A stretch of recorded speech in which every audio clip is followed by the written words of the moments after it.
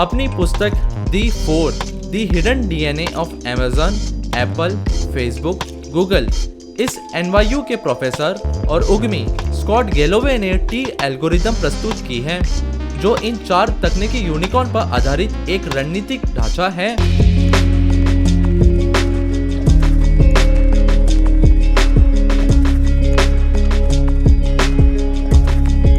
Framework का उद्देश्य यह स्पष्ट करना है कि इन कंपनियों की कीमत $1 ट्रिलियन से अधिक क्यों है और जिससे दूसरे भी प्रेरित हो सकें। ऐसा करने के लिए हम स्कॉट गैलोवे के टी एल्गोरिदम की व्याख्या करेंगे।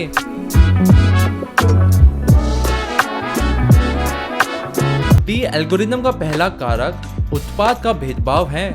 आज की दुनिया में ग्राहकों के पास विभिन्न उत्पादों की लगभग असीमित सरणी तक पहुंच है। इस प्रकार यह रणनीति में सबसे आगे चला गया है कि उपभोक्ता को ठीक से पता होना चाहिए कि उत्पाद क्या करता है। इससे उत्पाद की भिन्नता किसी कंपनी के सबसे सांसारिक हिस्से जैसे कि उसकी सप्लाई चेन से भी आ सकती है। जरा अमेज़न के बारे में सोचें। अमेज़न से पहले एक सप्ताह के भीतर उत्पादों को वितरित करने के लिए एक अतिरिक्त शुल्क का भुगतान करना पड़ता था। फिर अमेज़न आया और ये सब मुफ्त हो गया।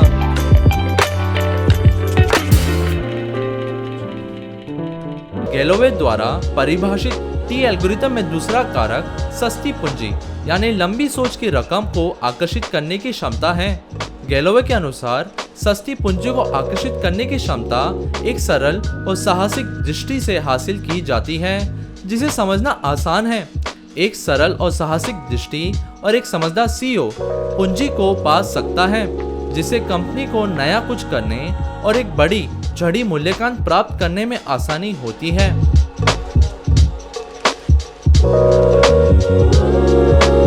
$1 ट्रिलियन के मूल्यांकन तक पहुंचने के लिए कंपनियों को राष्ट्रीय सीमाओं से पार जाना होगा। हालांकि अंतर्राष्ट्रीय स्तर पर विस्तार करने के लिए किसी को ऐसे उत्पाद की आवश्यकता होती है जो वैश्विक स्तर पर लोगों को आकर्षित करे, सांस्कृतिक सीमाओं को पार करे और दुनिया भर में आसानी से वितरित किया जा सके। और ये सभी 4 कंपनियों ने इन सभी को हासिल किया है।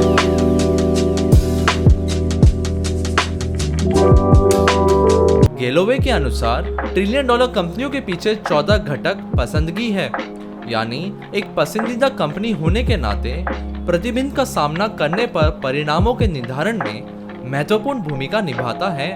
उदाहरण के लिए एप्पल इतिहास में सबसे ज्यादा टैक्स टालने वाली कंपनियों में से एक है, लेकिन इसे एक शांत, कूल और सफल कंपनी के रूप में माना जाता है। इसलिए इन चिंताओं पर इसे सरकार और जनता से बहुत कम प्रतिक्रिया मिलती है।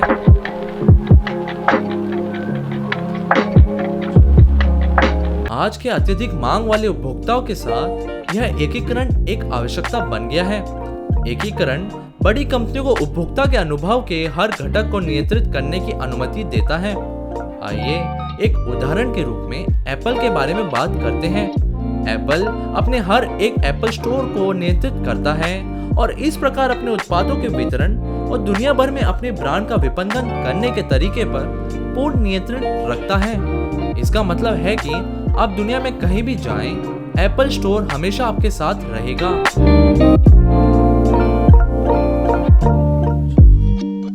AI व्यवसाय में अपने पहले उपयोग के बाद से एक लंबा सफर तय कर चुकी है। इन दिनों D2C कंपनियां उत्पादों को बेचने के लिए व्यवहारिक लक्ष्यीकरण पर भरोसा करती हैं। व्यवहारिक लक्ष्यीकरण आपके ऑनलाइन व्यवहार का विश्लेषण करती है और सेवाओं की अनुशंसा करता है जिनमें आपको लगता है कि आपकी रुचि हो सकती है। निसंदेह अमेज़न व्यवहारिक लक्ष्यीकरण का राजा है।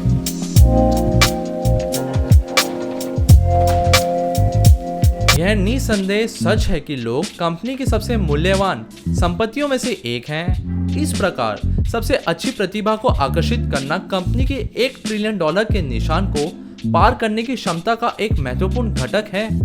हालांकि शीर्ष प्रतिभाओं को आकर्षित करने के लिए किसी कंपनी को नौकरी के उम्मीदवारों द्वारा कैरियर त्वरक के रूप में माना जाना चाहिए।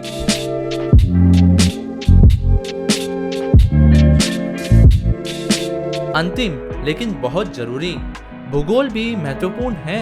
बहुत कम ही फर्में होंगे जो विश्व स्तरीय विश्वविद्यालय से बहुत दूर होंगे, जिन्होंने पिछले दशक में बहुत मूल्य में दसियों अरबों डॉलर जोड़े हैं। जैसे माइक्रोसॉफ्ट और अमेज़न वॉशिंगटन विश्वविद्यालय से 16 किलोमीटर से भी कम दूरी पर है, और फेसबुक, गूगल और एप्पल सभी स्टैनफोर्ड के करीब ही हैं।